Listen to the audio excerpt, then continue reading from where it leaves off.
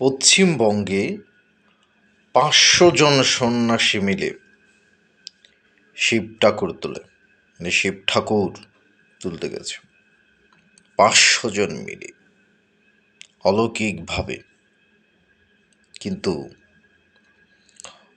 মুর্শিদাবাদে, পশ্চিমবঙ্গে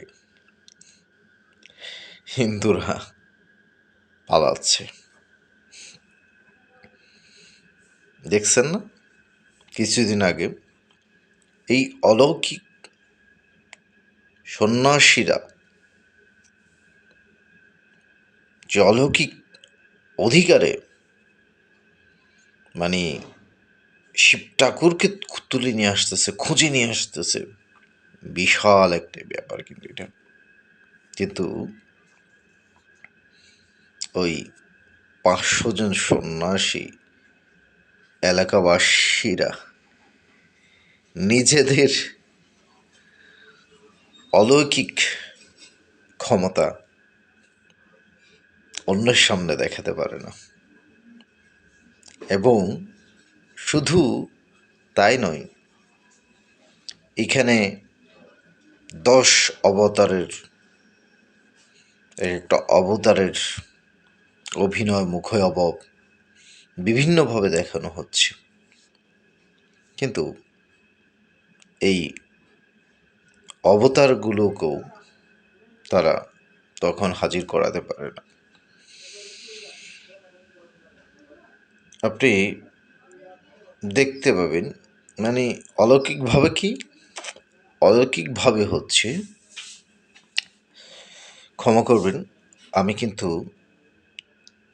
ধর্মকে ছোট করার জন্য না, আমি আপনাদের মনে করিয়ে দিতে চাচ্ছি, মানে আপনার নিজেরাই সংশোধন হন,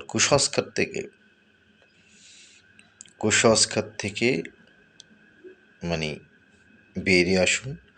আপনার ছেলে মেয়েকে সঠিক শিক্ষাটা দিন। যে অলৌকিকভাবে বলছেন এই শিব ঠাকুরকে মানে খুঁজে নিয়ে আসতে ছেলেমেয়েরা, ছেলেমেয়ে যাচ্ছে কারা? সবগুলো ছোট ছেলেগুলো এবং মেয়েরা। বেশিরভাগই আপনি দেখবেন যে সনাতন ধর্মে, হিন্দু ধর্মে যে কাজগুলো আছে, হিন্দু ধর্মে একটা বয়স হওয়ার পরে এই বড়দের মানে এই উৎসাহ উদ্দীপনা থাকে না। কেন থাকে না? তারা বুঝতে পারে এবং নিজেদেরকে একটা সময় পরিবারের সামাজিক দিকে থাকিয়ে সাপোর্ট দিলেও তারা প্রকাশ্য যায় না। যায় না যে তাদের লজ্জা লাগে, লজ্জাবোধ লাগে। একটা সময় বোঝার পরে তারা বোঝে যে ওই এটাই করতেছে, এটা এক ধরনের মানে কুসংস্কার, বা এখানে বা এই ধরনের কোনো একটা তো আসলে ধর্মদাসের বেনিফিট বুঝে হয় না। কিন্তু তারপরও আপনি বুঝতে পারবেন, মানে ৫০০ জন সন্ন্যাসী মিলে শিব ঠাকুর বুঝতে গেছে, কিন্তু যারা নাকি নির্যাতিত হচ্ছে ঘরের পাশে, অলৌকিকভাবে তাদেরকে বাঁচাতে পারতেছে না। মুর্শিদাবাদে যারা চলে গেল, আপনি দেখবেন যে প্রতিটি হিন্দু পাড়ায় আপনার কালী সাধকের অভাব নাই, দুর্গা সাধকের অভাব নাই। ওইটা দেখায়, স্বপ্নে সেইটা দেখায়, এটা করতে বলছে, এটা করতে হবে, কিন্তু স্বপ্নে ওই কালী সাধকদের, ওই দুর্গা সাধকদের ওইটা দেখায় না। কি দেখায় না? কখন হামলা করতে আসবে, কখন আমাদের জান নিয়ে পালাতে হবে, এটা কিন্তু দেখায় না।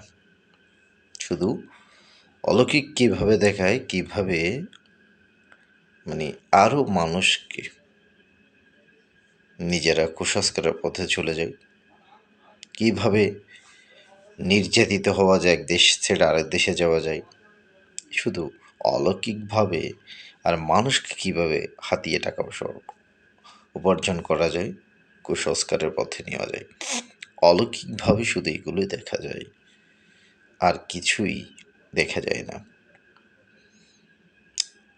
আমার কথাগুলো কতটুকু যৌক্তিক অযৌক্তিক জানি না, তবে আমি চাই আপনারাও ভেবে দেখেন।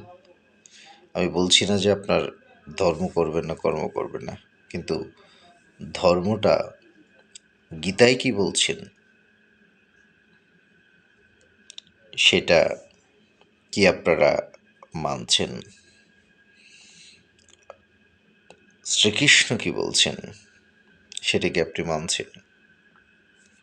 শিব ঠাকুর কি বলেছেন সেটা কি আপনি মানছেন? সেটা একবার ভেবে দেখুন। তারপরে নিজেকে প্রশ্ন করুন, আমরা অলৌকিকভাবে আসলে কি করছি? অলৌকিকভাবে কি আসলে এ ধরনের কিছু, যেগুলো বাস্তব, আমাদের বাস্তব জীবনেও প্রয়োজন, সেগুলো আমরা পাচ্ছি কি না? ধন্যবাদ। নমস্কার। সবাই ভালো থাকবেন।